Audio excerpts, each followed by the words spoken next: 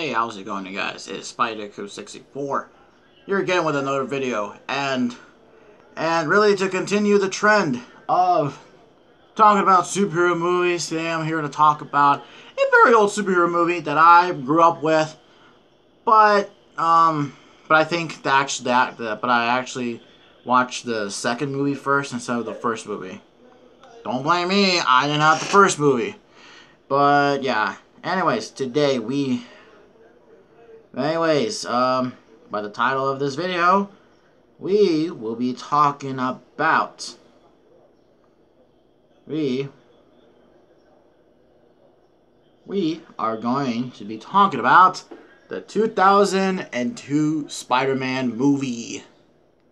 Hell yeah. So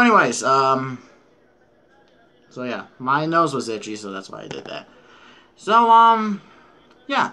So the reason why I want to do this is just because I have nothing else to do. Plus, I tried to do this video last week, but the first recording, I really did think that I really just said things on the top of my head, and I made a big mistake by calling Norman Osborn Harry Osborn, and I just did that again. I mean, that video is deleted though, yeah, so anyways, let's just get straight into the video. So all of you all know that my favorite superhero is Spider-Man, and well, he'll always be my favorite. He's my #1 favorite Marvel superhero. You know, I mean, hell, he's like right here, if you can see from that Marvel poster right there. Yeah, plan on getting a Spidey poster right here. If I told you my Chicagoland race review. So yeah. Also, excuse my bed. I didn't have sex when I won last night. But anyways, alright. Enough being said. Let's just get straight into the movie. So, looking right here. So this film, Spider-Man 2012 is the first ever Spider-Man movie ever made. The first good one. I'm not talking about those old Spider-Man movies at all. This movie was directed by Sam Raimi and was produced by Columbia Pictures and Sony, and whatnot. So yeah. Anyways, here is the plot of the movie. Spider-Man centers on a student, Peter Parker, who, after being bitten by a genetically altered spider, gains superhuman strength and the spider-like ability to climb to any surface. He vows to use his abilities to fight crime, coming to understand the words of his beloved Uncle Ben. With great power comes great responsibility. That's not really that is basically the main deal of the movie. And basically, I'm gonna go over the plot first, what I think of the plot, and just whatever. So yeah, so if you all know, the movie first begins with a narration for Spider-Man. Also, can I just say the intro for this movie is absolutely great. The Marvel logo, Danny Elfman's Spider-Man theme. I mean, he composed the music for this movie, including Spider-Man 2, and I absolutely love this movie. It's really memorable. I mean, I could just, So the movie begins with a little bit of narration from Peter Parker. We see Mary Jane Watson on the bus, and Peter Parker obviously has a crush on her, which, I'll be very honest with you, I think Kristen Dunst actually looks hot with blonde hair. I'm just saying that. But, yeah, and obviously, Peter Parker, as we all know from the comics and from any other source, he's a nerd kid, scrawny kid, kind of awkward here and there, and so he and his classmates were on the field trip to, looks like maybe a science research lab or something like that. Research lab and stuff like that. And obviously we're introduced to a lot of characters like Peter Parker, Mary Jane Watson, Flash Thompson, which Flash Thompson doesn't play a good role. Yeah, he doesn't play a big role in the movie, but he is the high school bully. And plus, I really do like Flash Thompson as Agent Venom. He's somewhere here. He's near... I can't find him right now. But I was trying to look at that poster, trying to see if I can find him. Yeah, and also there's Norman Osborn and Harry Osborn. And so, yeah. And while Peter Parker was taking pictures of Mary Jane Watson, which, to be honest, I really don't. To be honest, Mary Jane shouldn't trust Peter with taking pictures of her. I mean, heck, in the third Spider-Man movie, there's like a picture of Mary Jane Watson somewhere. Well, that was when they were, a couple. So, yeah, but still, still. So yeah, and while that's in the process, Peter Parker gets bitten by the radioactive spider, and when he wakes up the next morning, he has these spider powers, and during lunch, beats up Flash Thompson. While that's happening, Norman Osborn, is trying to sell weapons for the military, or try to provide weapons for the military, but they say, no, you're out. And with a couple of tests of the Goblin Serum, it seems like it's not a good idea to use the Goblin Serum. So yeah, that happens. And while Peter Parker is and then Peter Parker then decides, if I can win against Mary Jane Watson, I gotta get a nice car. Peter, if I were you, I'd just buy a Monte Carlo, because that's what they had back then, or even a Camaro. Get the Dale Earnhardt one. But yeah. Alright, no more NASCAR references. So yeah. And then Peter, we have a drawing montage, which that drawing montage of him drawing the suit is absolutely perfect. It's really cool. And so he goes to this wrestling match, fighting against Macho Man. And before that, there's a little scene of Uncle Ben and Peter Parker singing in their car, just talking about, hey, Peter, you're changing, I know, and obviously get the line, with great power comes great responsibility. And after Spider-Man, and after the human spider, if you know what I mean. Oh, that sucks. But, yeah, I absolutely love Bruce Campbell. But, yeah. So yeah, this robber comes in, steals the dude's money, but Peter doesn't stop him. Because he couldn't give him $30,000. 30,000 bucks. When there's an ad that says they'll give you 30,000 bucks, you better pay them. That's just a ripoff. So in the end, I'm kind of glad that guy got robbed, because one, you didn't get Peter his money, so now all your money's gone. Well, then the shooter then kills Uncle Ben, supposedly. We'll get into the third Spider-Man movie. I'll talk a little bit about that too. So that happens. Peter Parker, or Spider-Man, goes after Uncle Ben's killer, realizes it's the same guy that he let go, and now he realizes that with great power must come great responsibility, and stuff like that. So meanwhile, Norman Osborn tests himself on the Goblin Serum, and kills an unknown Spider-Man character I don't even know. That one bald actor. Yeah. Yeah, goes crazy, gets into the Goblin suit and destroys this crappy looking Iron Man looking armor. And the General too. And then, Peter Parker then tries to look for a job, and, takes pictures of Spider-Man for the Daily Bugle. Well, that's in the process. Norman Osborn.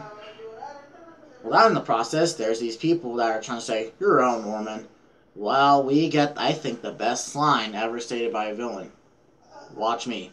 You can't do this to me. I started this company. Do you know how much I'll sacrifice? I love that line. I just love that line. And I said it wrong. Do you know how much I sacrifice? And so, when it comes to Times Square time, the Green Goblin disintegrates them into skeletons? That was actually pretty scary when I first saw that, but wow.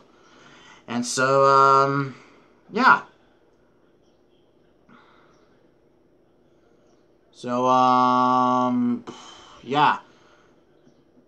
And, okay, that's basically kind of sort of the main kind of plot in the movie. I mean, it's Spider-Man versus Green Goblin in the movie, so, yeah. Now I kind of want to talk about the actors in the movie, what I think about all of them in this movie. And when I get to the third Spider-Man movie, I'll talk about them as a whole. So, Tobey Maguire played Peter Parker in this movie, and by far, Tobey Maguire is my #1 favorite Spider-Man. It's just because I grew up with him. That's the Spider-Man I grew up with. And the only person that can change it, and that is the Tom Holland version of Spidey. Right here. Even though this is a prototype version of the Homecoming suit. An action figure. I got that from a 3-pack from Marvin Flo.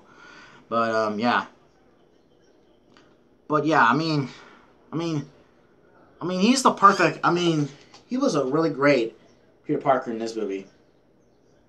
And also a pretty good Spider-Man, He does crack some jokes here and there, but really, when it comes to it, it's just, things need to get serious. It's also Kristen Dunst did play Mary Jane Watson in this movie. In this movie, she was good, but I'll talk a little bit about Mary Jane Watson in the second movie because I didn't like her in the second movie. James Franco as Harry Osborn. Great decision to play Harry Osborn. And really, as these movies go on, you'll see, you'll see some, a lot of more character development, that goes on for him. Willem Dafoe as the Green Goblin. Oh, yes, he was really good. That voice, though. Heck, he plays the best. The only good actor who could play the Green Goblin is Willem Dafoe. If you want to get him in a TV show or anime TV show, get him to play the Green Goblin or voice him. Okay? J.K. Simmons as J. Jonah Jameson, best actor who could play a comic book character ever. Rosemary Harris, pretty good as Aunt May. Right, then you got Elizabeth Banks as Betty Brant, good supporting character. Cliff Robertson, Rest That Man's Soul, played a good Uncle Ben. Bill known as Robbie Robertson from the Daily Bugle. Again, another good Spider-Man, developed character. Supporting character. And then I'll just talk about, and there's also Joe Manganiello as Flash Thompson. It would have been cool if, imagine if you could become Agent Venom. That would be very interesting. I want Agent Venom in a movie. But yeah. And I'll talk about Ted Raimi, who plays Hoffman. Alright, I'll just show you. Right. Yeah, pretty good. Yeah. Yeah, Sam Raimi, you get your... I think, this is his brother. Yeah, I think so, yeah. So, yeah, now let's see how this movie ranks. So on IMDb, it ranks 7.3 out of 10. On Rotten Tomatoes, a solid 89%. And on Metacritic, 73%. We're going to go by the Rotten Tomatoes score. This score has changed a lot. 83%. So overall, what's my really opinion on this movie? Well, okay, so yeah, this is actually, I'll be very honest with you. This isn't the first Spider-Man movie I've actually ever watched. The first Spider-Man movie I've ever watched was Spider-Man 2. But going back and watching this movie, it's an instant classic, in my opinion. I really did enjoy how they explained the Spider-Man origin, which doesn't make sense for them to tell it again in the Amazing Spider-Man movies. Why did you have to retell the story? And also, the costume design for this movie was just great. It was really good. And all the characters in the movie, I really did like all of them. I don't have no problem with any of the characters. Of course, because I grew up with a lot of these people, But there is one character, like I said before, I will talk a little about later. So, yeah, the action in this movie, man, was it really good. It was really good. The fighting choreography was good, and plus, that fight scene between between Spider-Man and the Green Goblin, man, they just punch each other, blood everywhere. My God, my goodness, that was a pretty cool fight scene. And all the fight scenes were pretty good in this movie. And, yeah. So overall, what do I think of this movie? Now, there are a little bit, where the CGI kind of looks kind of weird, and I mean, this movie came out in 2002, and it's really hard to watch this movie in a newer age, like in a newer era. I mean, like, there's some things, like, some of the dialogue is kind of weird, but hey, I mean, this movie was made back in 2002, so, yeah. Plus, we do have a modern Spider-Man movie, like Spider-Man Homecoming, which, you already know I really did like that movie, you know, and, stuff like that. So, anyways, so, how would I rate this movie? Well, I would rate this movie a solid 9 out of 10. I think it's a really good movie. I think if you want to watch the original Sam Raimi movies, then watch this one first, and watch all of them. Watch all of them. They're all good movies. Well, Spider-Man 3 is considered the weakest out of all of them, which I'll talk a little bit about that. So anyways, hopefully you guys enjoyed this video. If you did, leave a like, comment down below what you think of this movie, and possibly maybe tomorrow I will present to you with my Spider-Man 2 review. So anyways, happy 4th of July to all of you guys, and I'll see you